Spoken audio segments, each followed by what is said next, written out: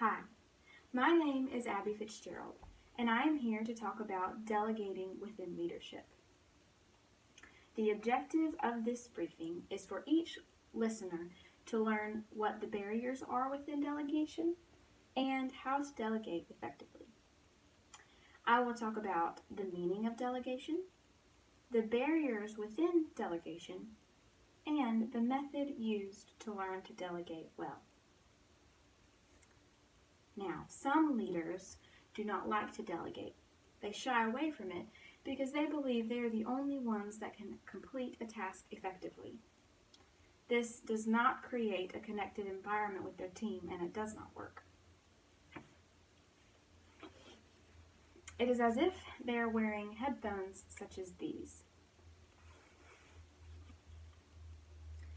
If I put these on, I am connected and I am focused on the task ahead of me, but I am not connected to my team. I am not allowing them to help me, and I am surely not helping them. That is why delegating is so important, because it keeps you connected to your team and the task gets completed effectively.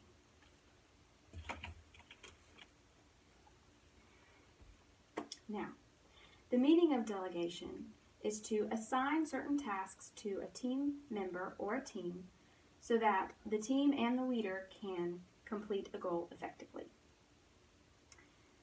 Another part of the meaning of leadership is making sure the team knows the leader is in the thick of it with them, is working just as hard as they are to get to that goal, to complete those tasks, and therefore it creates a healthy morale. Now, there are certain barriers that need to be prepared for when becoming a leader and when deciding to delegate. One of them is if your team is not skilled or has not been trained to complete a certain task. It's the leader's job to discern and know if a team needs to be retrained or if possibly a task needs to be reassigned to someone else that might be better equipped for it. Now, if a team member or a team is asked to do something that they are not skilled or prepared for, then they're going to feel anxiety because they know that no matter how hard they try, they're not going to be able to complete that task effectively. The second barrier is the "it's not my job" mentality. Now, this happens often when a group is assigned a new manager. If the previous manager never delegated, never assigned tasks, then if this new manager comes in, starts delegating and assigning tasks, that team is going to believe that that manager is just throwing their responsibilities on them to take care of. Now, of course, this is not true, but the last manager never delegated. So it is the leader's job to make sure that the team knows that that leader cannot complete these tasks, cannot achieve that goal without them. That leader needs that team, and that leader is going to work just as hard as they will to get to that goal. Another barrier is the self-esteem of a leader. Now, unfortunately, some leaders are only after prosperity and after the next promotion. This causes them to take all the credit for something good that has happened, for a task that has been completed, for a goal that has been reached, all the credit of that to themselves. Now, they may have given good direction, and they may have been able to assign the right things to certain team members, but those team members are the ones that actually completed that task. Therefore, they deserve recognition. They earned it. If a leader takes all the credit for themselves, then they lose the respect of their team. Their team loses respect for the leader because they know that the leader doesn't really care about them, just themselves.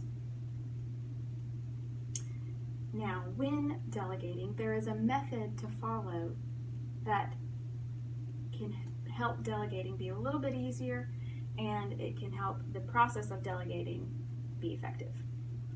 The first part of the process is to describe the tasks at hand. A team or a team member cannot complete something if they don't know exactly what they're supposed to do.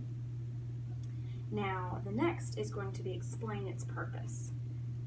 It's important to make the team or group of people believe in what they're doing, understand that there is a reason why this task needs to be completed, and the outcome will be what the outcome will be, so they will give their best at it. Also, a leader needs to assign certain resources to their team. Now, these should be assigned at the very beginning, and they should all be given. A leader should not give their team a little resources just along the way. It should be given all at the same time in the beginning. And the leader should make it clear that the team can come back should they need anything else. The next would be to teach control. Now, there has to be feedback within the team. There has to be the leader making sure that they're communicating with their team, and if there needs to be something that is changed, the leader needs to put in correction and a way to change it so that the task can still be completed effectively. Another part of the method is to give authority. The leader must make sure that they have made sure they are in authority over the team. Now, they can do this in a kind way and a responsible way, but they are the leader, and that demands authority. And they have to make sure that they are the ones in charge of this team, that the team reports to them. And last, but probably the most important, would be to express appreciation. And this just makes the team members know that what they did was worth it, that the leader cares for them, wants the best for them, that the leader is thankful for their job, thankful for the way that they completed it, and cares for them and wants to grow with them. So expressing appreciation and being thankful is probably the most important part of the method. Now, a leader also needs to be kind. There is being able to lead with a firm hand and lead with kindness. And that has to be done together, because a team member or a team is not going to respect their leader if that leader is not kind to them. I hope that all of this has been very clear and that this has helped you learn the process of delegating and the trials that are going to come when you delegate. We've covered the meaning of delegation, the barriers within delegation, and the method used to delegate, to learn to delegate well. Thank you for listening.